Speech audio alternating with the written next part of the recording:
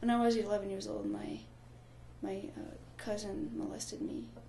He did bad things to me in the barn, and then he tried again. He did again in his bedroom. The first time I didn't fight, I felt bad. I felt like it was my fault that I didn't fight. But I was so concerned about how he'd feel. You know, I might hurt his feelings if I say no. And then the second time, I told him no, I don't want to. Well, my husband's an alcoholic, and the years after he quit working because of some health problems, well, it got a lot worse. There was a couple of times where he took me to my property and just dumped me out without food. He was always telling me that I was dumb and not able to take care of myself, and he made sure that I couldn't take care of myself.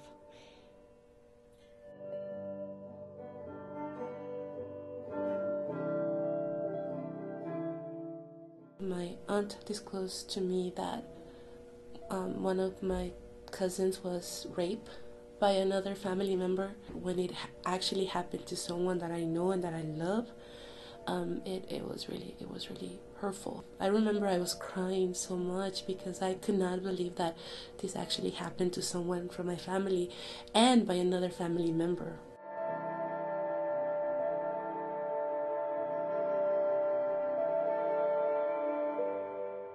So Casa provides free, confidential, bilingual victim advocacy, counseling, outreach, education services. We service the entire 6-county region of the San Luis Valley.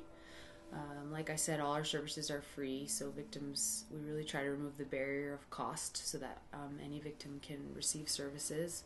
We do provide services for child and adult victims of domestic violence and sexual assault.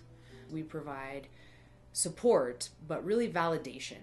I think a lot of people come in not sure if they're a victim of something, or not sure. There's a lot of self-blame with the victimizations that we serve. So really just letting them know, this is not your fault. You don't deserve this. Not judging, and just continuously providing that support, whether or not they leave an abusive relationship or not. To be able to link people to resources to say, I don't care how low, education level you have. I don't care how little money you have in your pocket. I don't care what language you speak. We can get you what you need, and you deserve to be safe, and we can ensure that you are and your children are.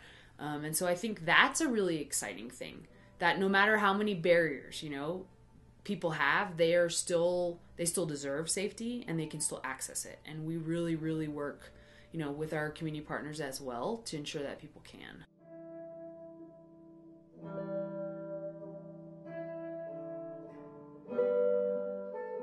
I felt very angry with him because I knew what he was doing. I knew that there was things that I could do, and he kept telling me I was too old to get a job and too old to do this and that. And I knew that I wasn't, but he wanted me to stay there because he had to stay there.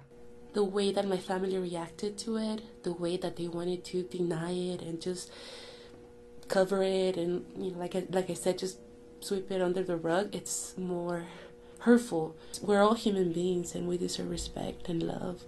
And for people just to ignore you, especially family members, it's really hard.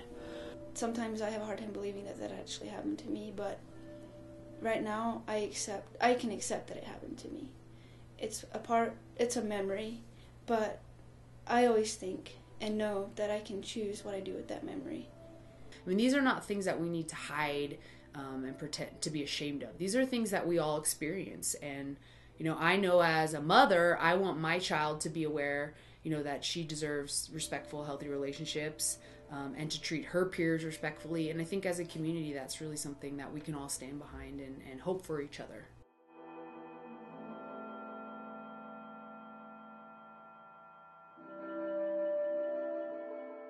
I think it's helpful to work with kids because they're very impressionable and they're resilient, and so a lot of things that I hopefully can teach them, that's something they'll remember.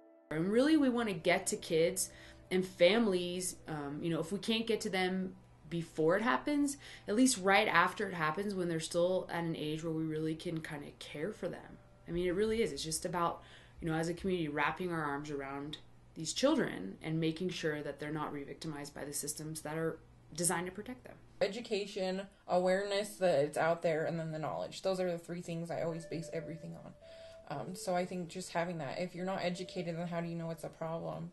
Or how are you going to change that if you aren't educated on it,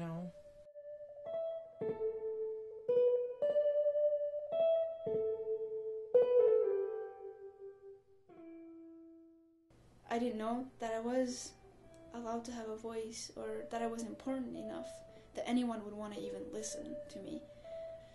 And I would say the thing that helped me the most, Casa helped me with the most, is just accepting me for who I am, seeing me for who I am, and just loving me for who I am. That's what really helped me.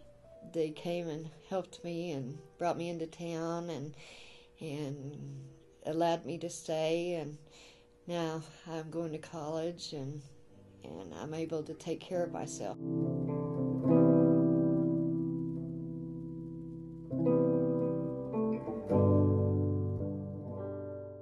As a community, we really need to, wrap our arms around the people who are victimized in our community and let them know that it's not okay, that these things happen.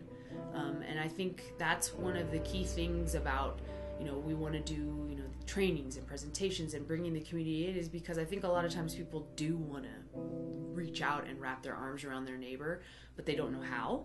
So it's our community's responsibility to care for each other. That's really what it's about. The women of Casa, I'm very thankful for. I will not be held in fear or shame. I will not be held in fear or shame. I am free to empower and be authentic. I am free to speak up against abuse. I am free to affect change. I am free to live. Because I'm a real person. Because I define myself. Because I define myself. Because I define myself.